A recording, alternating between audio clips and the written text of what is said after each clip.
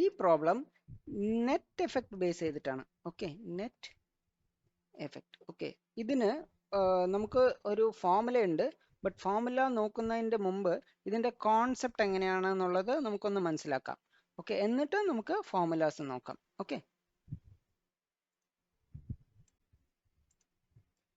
ഇനി എന്താ പറഞ്ഞിരിക്കണത്, ഇവിടെ നമ്പർ ഓഫ് സീറ്റ്സ് വന്നിട്ട് ഇൻക്രീസ്ഡ് ബൈ 25%. സോ 100ന്റെ 25% പറഞ്ഞു കഴിഞ്ഞാൽ നമുക്കറിയാം അത് 25 തന്നെയാണ്. ഓക്കെ, അപ്പോൾ 100ന്റെ 25% എന്ന് പറയുമ്പോൾ ഇറ്റ് ഈസ് 25. സോ നമുക്ക് എത്രയാണ് seats 100 plus 25 which is 125. Similarly, ticket rate 10% increase. Okay, that is 100 into 10 by 100 എന്ന് പറയുമ്പോൾ it is 10 തന്നെ. Okay,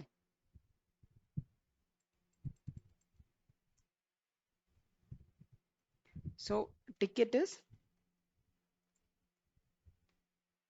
100 plus 10 which is 110. Okay, so now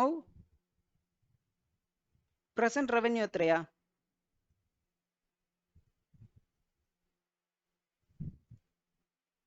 125 into 110. So which is 125 into 11 ചെയ്ത 125 125. So it is 5731. Okay,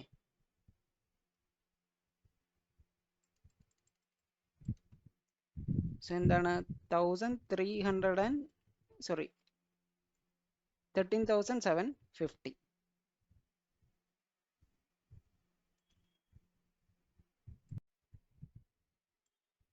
ഇനി നമുക്ക് same problem formula വെച്ചിട്ട് നോക്കാം. അപ്പോൾ ഇതാണ് നെറ്റ് എഫക്റ്റിന്റെ ഫോർമുല.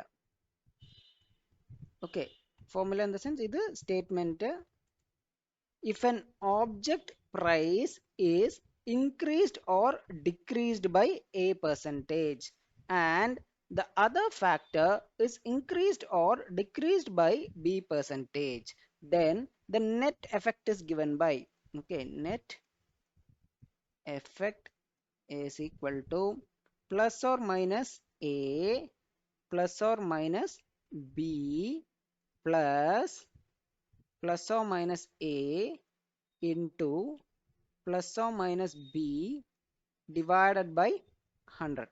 Okay, so ഈ പ്ലസ് എന്താ ഇൻഡിക്കേറ്റ് ചെയ്യണ? Increase. Minus indication decrease. Okay,